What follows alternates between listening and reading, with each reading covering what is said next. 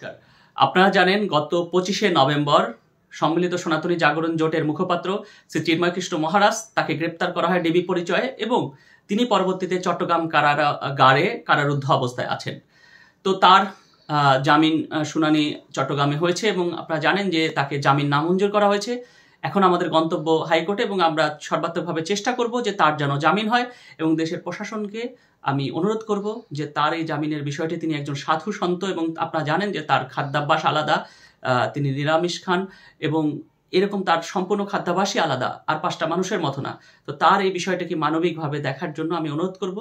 তো আমরা যে বিষয়টি আজকে যে বিষয়টি হয়েছে যে আমরা অনেক দিন যাবত এই সম্মিলিত সনাতনী জাগরণ জোটের আমরা যারা সাথে আছি, আমরা অনেক দিন যাবত চেষ্টা করছি যে তার সাথে দেখা করার জন্য এবং দেখা করার জন্য গত 22শে ডিসেম্বর কিন্তু আমরা জেলা প্রশাসক মহোদয়ের সাথে দেখা করি এবং তাকে অনুরোধ করি, কয়েকজন সাধু সহ আমরা যাই যে আমাদের দেখা করার জন্য, এবং এর আগেও কিন্তু আমরা চেষ্টা করি যে তার সাথে দেখা করার।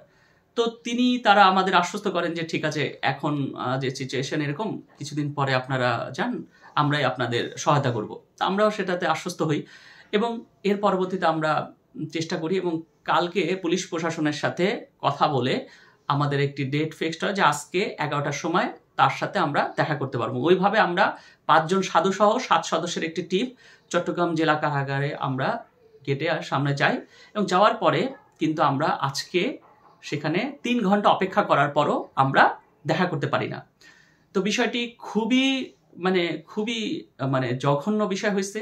আমি মনে করি যে এই চিন্ময় কৃষ্ণ মহারাজ সে কেমন আছে সেটা দেখতে দেওয়া উচিত, আমাদের জানা উচিত, কারণ আমরা বিভিন্ন সামাজিক যোগাযোগ মাধ্যমের জানতে পারছি যে তিনি অসুস্থ এবং তাকে চট্টগ্রাম মেডিকেলে এনে ট্রিটমেন্ট করানো হচ্ছে। তাহলে তাকে চট্টগ্রাম মেডিকেলে এনে ট্রিটমেন্ট করানো হচ্ছে, তিনি অসুস্থ, সেই বিষয়গুলো আমাদেরও কিন্তু সরজমিনে যে দেখা উচিত, কথা বলা উচিত।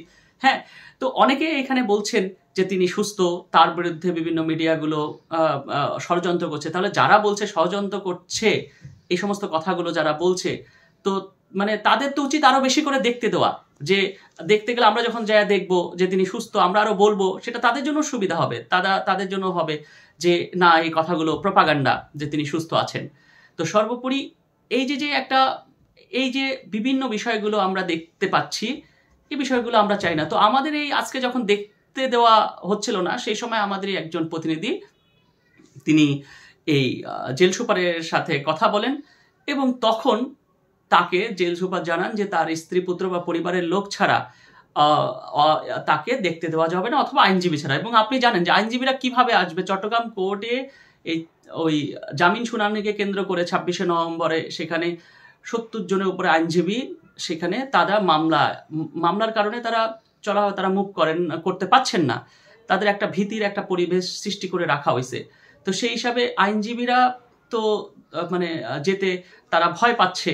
তো এরকম একটা সিচুয়েশনে যে সাধু সন্তরা এসেছেন, তো আমি মনে করি সন্ন্যাসীর পরিবার তো সন্ন্যাসীরাই, কারণ তিনি তো আজ থেকে 24 বছর আগে তিনি এই পরিবার ত্যাগ করেছেন। তাহলে যিনি পরিবার ত্যাগ করেছেন 24 বছর আগে, তাহলে তার তো পরিবার, আর সন্ন্যাসীর তো আর ছেলে মেয়ে স্ত্রী পরিজন থাকে না। সন্ন্যাসীর তো তার সন্ন্যাসী তার যে সেই আশ্রমে থাকেন, যে মঠে থাকেন, সেখানে তার সেই গুরু ভাই বোনেরা। এবং আপনারা জানেন যে আজকে সেই চিন্ময় কৃষ্ণ ব্রহ্মচারী যেই মহারাজের শিষ্য ছিল, জয়পতাকা স্বামী মহারাজ, তারও 2 জন শিষ্য তার সাথে দেখা করতে গেছিল, অর্থাৎ এরাই কিন্তু তার পরিবার।